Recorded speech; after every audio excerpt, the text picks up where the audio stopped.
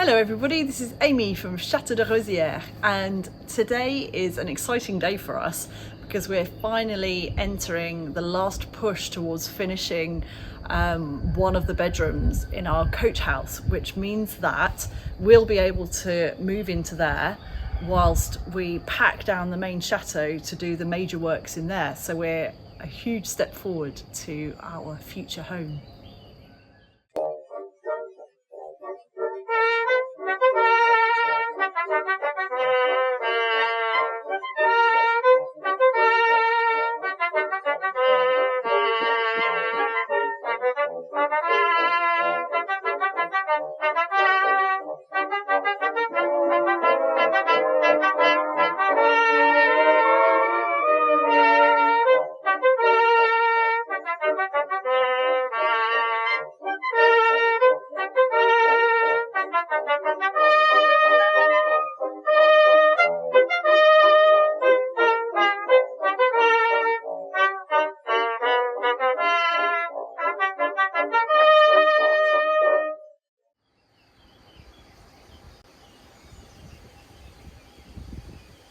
You might remember from our coach house tour video that the building was a complete ruin when we arrived. There was no floor, holes in the roof, everything possible. And now it's nearly livable. We just need to do the finishing touches. The major obstacle in all of our renovations is a very delightful obstacle in the form of Clement and Juliet now as well. Do you want to come and talk? So for this week and this week only, we have Margot helping us, who's going to be helping us with child wrangling, DIY and filming, and so that we can hopefully record it all for you and get something done as well, something which is quite challenging normally. Yeah. I think we need to get on with some actual work now. Let's go! Let's go! Which, in the words of Tractor Ted, Clement's favourite ever YouTube video. And just want to show you where our little poppet is. Oh, my baby girl. She was asleep, but now she's woken up. See if she'll stay under here. Hi, baby girl. Okay, chaotic family. Let's get going. Having a little nature lesson with a slug. Clement's not sure. No. Juliet was awake in her pram, but happily my old 1970s pram that I got from a brocante can come off its base, so we were able to carry her up here, and Clement seems intent on entertaining her.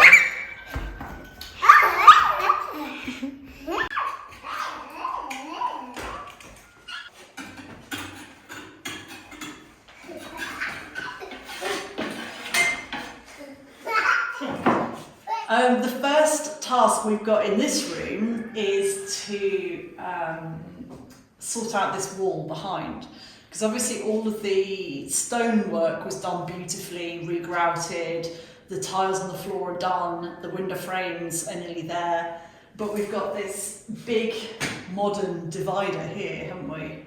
Mm-hmm. And you came up with a cunning plan for what to do with it, didn't you? Yeah, my cunning plan is to put wood paneling at the bottom, because we will have a bed against this wall, and so it will be at the same time the back of the bed and wood paneling. And above that we'll have lime plaster of a special kind that's mixed with resin that sticks to smooth surfaces. Clement's doing his own filming project here with the GoPro, starring his sister. You feeling good? Are you filming her? Ready? See, plafond, he's filming the ceiling. For the grouting of the walls, we used fat lime, which is a natural material. But the problem is that it needs to be kept in a thick layer in order to set. And so it's not suitable for smooth surfaces. And we actually found a more modern equivalent, which is a mix of fat lime but with some special resins that allow it to set on modern materials like plaster walls. And it means we'll have a very similar rendering with the same warm feeling as we have on the walls.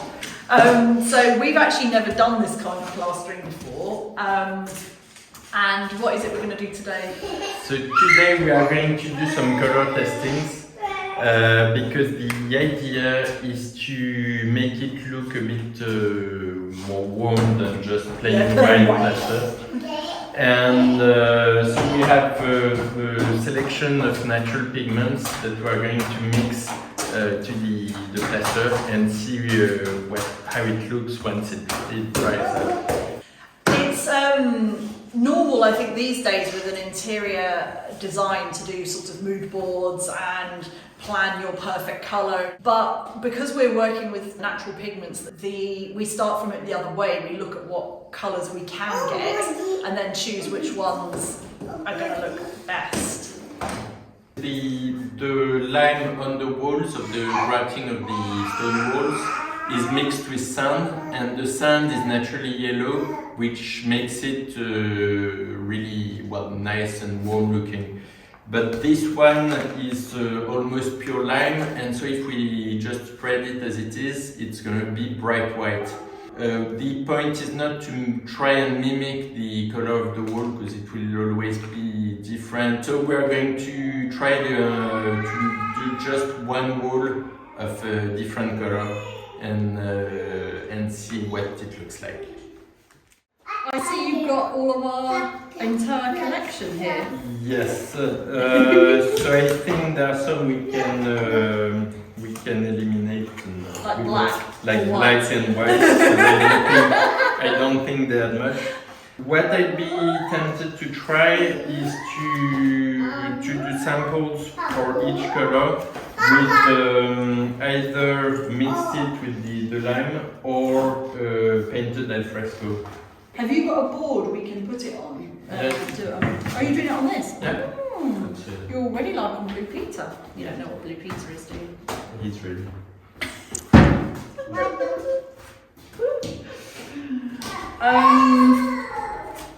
Is anyone counting down the minutes to nap time for Clement?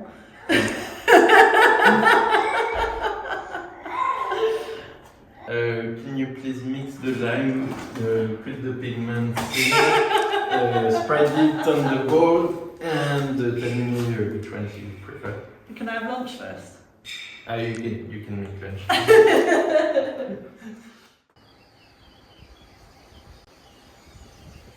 Clement's down for his nap indoors, and Juliet is lying next to us and having her nap.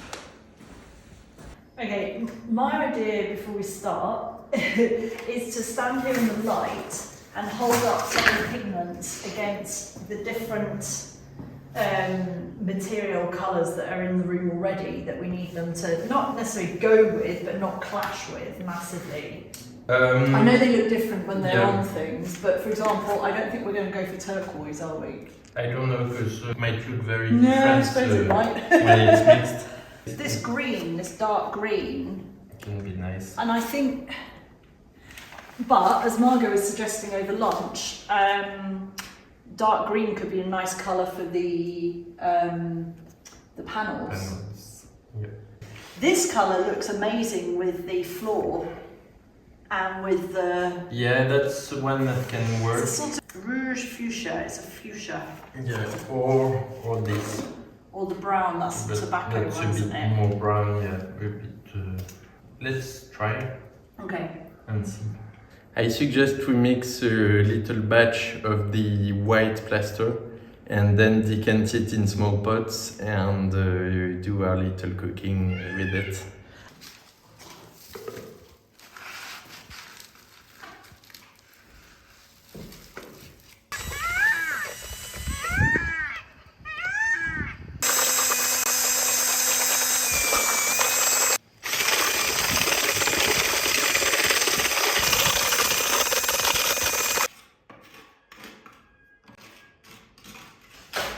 Actually, maybe we can mix it directly on the board rather than faffing with the pots. If it's possible, then the less faffing, the better. Yeah, I don't like faffing. Are you making any notes about the sort of concentrations you're using, or do we pick the colour? It's a spoonful. Or do we pick the colour and then work on concentration levels? I suggest Answer 2 is the right answer. Yeah, exactly. So, I'm going to plaster. Let's remove the fluffy pots.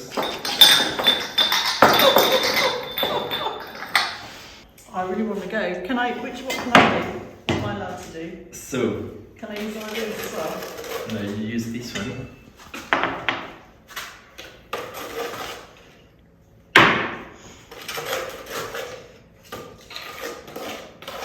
Oh, I see. Okay. No, I don't see.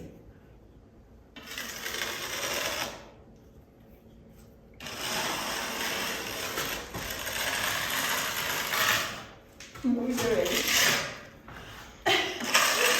I'm raking. I thought you were going to do little patches for each one. Yeah, exactly. But first I'm spreading it evenly. I don't understand what's going on. You can rake.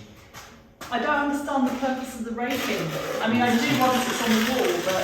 You spread it evenly. Yeah, but I thought we were doing little blobs. Yeah.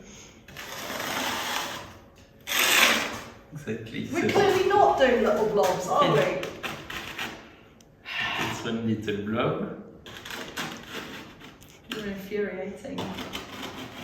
2 little blobs, 3 little blobs, 4 little blobs. So this is one where we're mimicking the mixing of... Seriously, I don't see why you're spreading it on there, because you can't mix it so easily. Enjoyable. It's like the Zen garden, you know, the...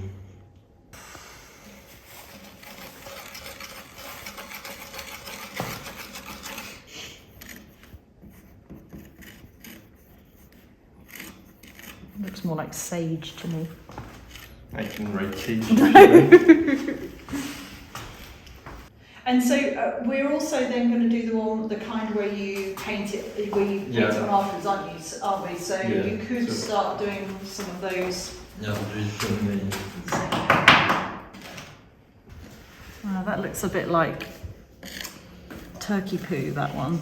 Yeah. With these different natural pigments as well, they behave differently. I've used them to do some colouring of other things, and some of them are much more soluble than others, aren't they? So it's quite hard to work out exactly how they're going to behave when they mix with another substance. Like this yellow one is much more gravelly in there, whereas those 2 green ones sort of soaked right in.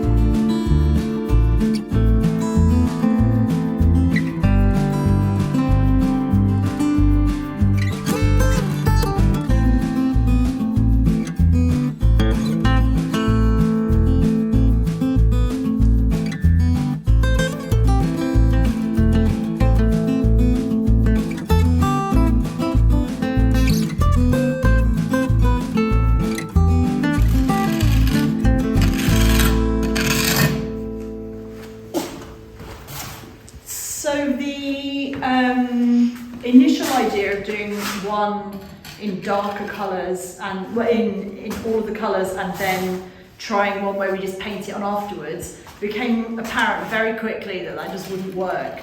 The nature, I guess, of the gluiness of this meant that the pigment just sort of pooled in it. It was not nice. So instead, what we've done is a second layer of much lighter version of it, so that we can see what it's going to be like when it's just a really pale version on the walls. And there's been some really interesting results, isn't there? Yeah. Some of them look too diluted even in color. Yeah, no, they look almost like almost white, don't they? yeah. Some of the pinks are looking really nice. pretty.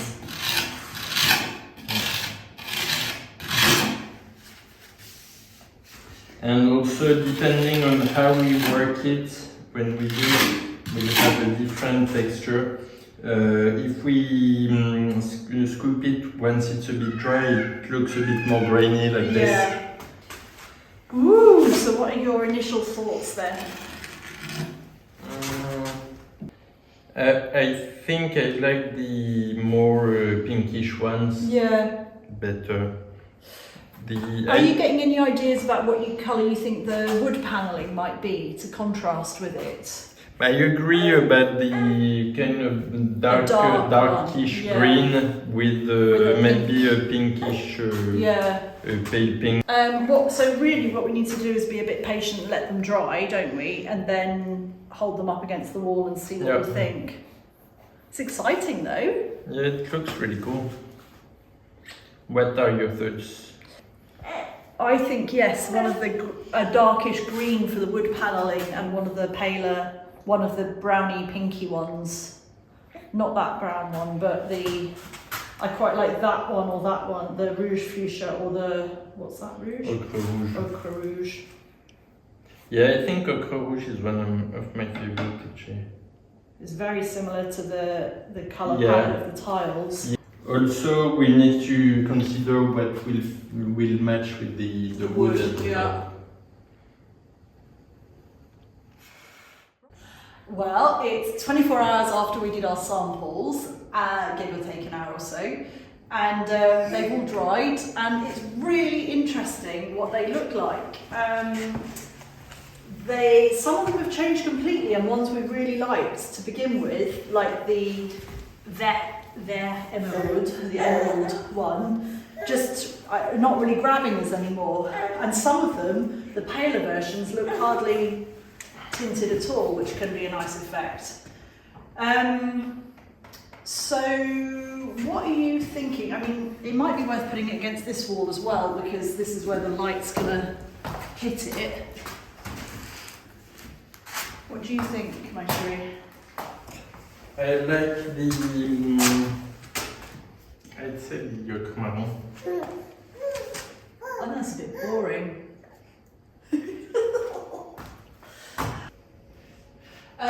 You know the really dark pink there? The one above it? This one? That's actually quite nice as well. It's very subtle. Quite like the ochre rouge. Which one was that? The one below it? The third one? Yeah. Yeah, that's the one I was saying I liked. But you said the one above the dark. No. Oh yeah, I like that one as well, but I think the number 3, 4, 5, 3 and 6 I like best. What do you think, Margot? 6 is the one above the really dark one. It's nice. Maybe a bit. It's a bit insipid, I suppose.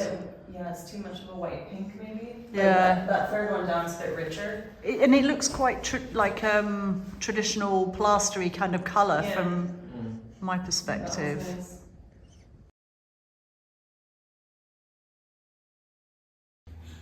So we've had a bit of a discussion, and we think that for the start we're going to focus on putting the panels up. Then we'll do the plastering, and we'll have just a last minute chat, but we're quite liking this colour at the moment. Maybe a slightly lighter version. and then we will decide on the colour of the panels, because I don't think until we see, because especially because they're natural pigments, until we see what it looks like on the wall, we might not know what it's going to look like. But Mark had an excellent idea, which was that we could get used to the plastering by doing the potager, which we're going to do in as close a colour to the walls as possible, and which we think is like this but a bit darker, the tabac one. Tomorrow morning I'm going to crack on with that and have my first go at plastering.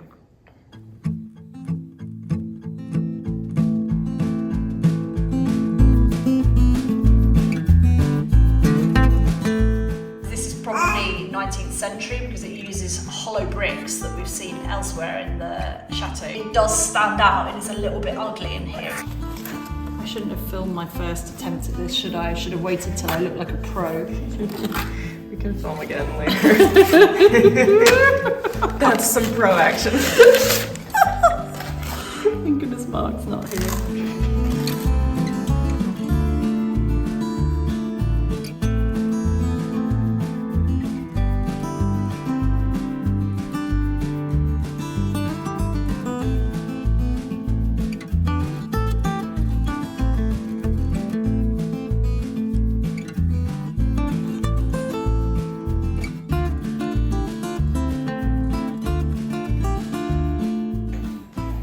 Had a costume change because she's being filmed. Nothing to do with me spilling my lunch on her. Are you wearing your work clothes? So are you? I am! So are you starting at that end? So... Because you know the nice time lapse I just set up is kind of focused over yeah, here. but, well, actually I was hoping this would stay off camera. And